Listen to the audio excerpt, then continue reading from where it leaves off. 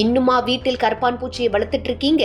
எந்த மருந்தும் வேண்டாம், வந்த வழியிலேயே ஓடிடும். சமையலறையில், பாத்திரங்களுக்குள், அலமாரி மூலைகளில், இருட்டான இடங்களில் இவை மறைந்து கொண்டு நம்ம ஆரோக்கியத்திற்கே சிக்கலாக மாறிவிடும். இரவு லைட் போட்டா உடனே ஓடுற அந்த காட்சி பலருக்கு அருவருப்பையும் பயத்தையும் தரும். கெமிக்கல் ஸ்ப்ரே அடிச்சா உடனடி பலன் கிடைக்கிற மாதிரி தோன்றினாலும் அதோட வாசனை குழந்தைகளுக்கும் பெரியவர்களுக்கும் பாதிப்பை ஏற்படுத்தும். அதனால் பாதுகாப்பான, செலவில்லாத, வீட்டிலேயே செய்யக்கூடிய வழிகள் தான் புத்திசாலித்தனமான தீர்வு. கரப்பான் பூச்சிகள் இனிமையான வாசனைக்கு எளிதில் ஈர்க்கப்படும் பழக்கம் கொண்டவை. இந்த பலவீனத்தை நாம் அவர்களுக்கு எதிராக பயன்படுத்தலாம். பேக்கிங் சோடாவையும் சர்க்கரையும் சம அளவில் கலந்து கரப்பான் அதிகம் நடமாடும் இடங்களில் வைக்கும் போது சர்க்கரையின் ஆசையில் வரும் கரப்பான் பூச்சிகள் பேக்கிங் சோடாவால் மெதுவாக செயலிழக்க தொடங்கும். இது ஒரே நாளிலெல்லாம் முடியும் என்று நினைக்க கூடாது.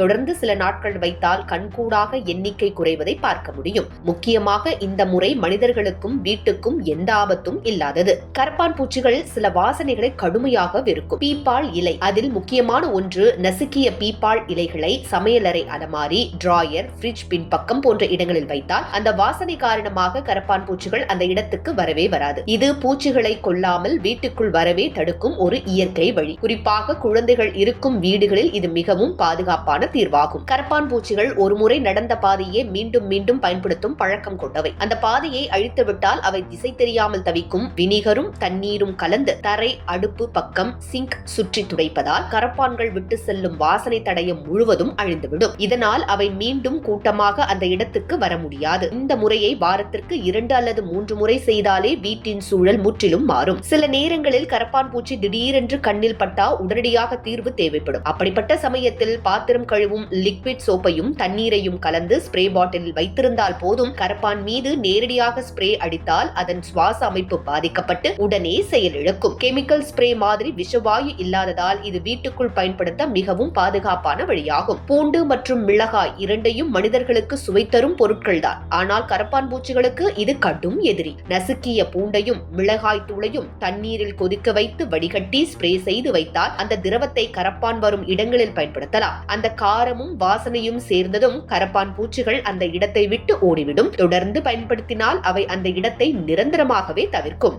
எத்தனை இயற்கை டிப்ஸ் செய்தாலும் வீட்டில் சுத்தம் இல்லை என்றால் கரப்பான் பூச்சிகள் மீண்டும் மீண்டும் வரும். இரவு உணவுக்கு பிறகு பாத்திரங்களை அப்படியே விட்டுவிட்டு தூங்குவது, தரையில் விழுந்த உணவு துகள்களை கவனிக்காமல் விடுவது, குப்பைகளை நாட்கள் கணக்கில் வைத்திருப்பது ஆகியவை கரப்பான்களுக்கு வரவேற்பு மேடை அமைப்பது போல. தினசரி சுத்தம், ஒழுங்கான பழக்கம் இருந்தாலே கரப்பான் பூச்சிகள் தானாகவே வீட்டை விட்டு விலகும். உண்மையில் சுத்தமே கரப்பான் பூச்சிகளை ஒழிக்கும் மிகப்பெரிய ஆயுதமாகும்.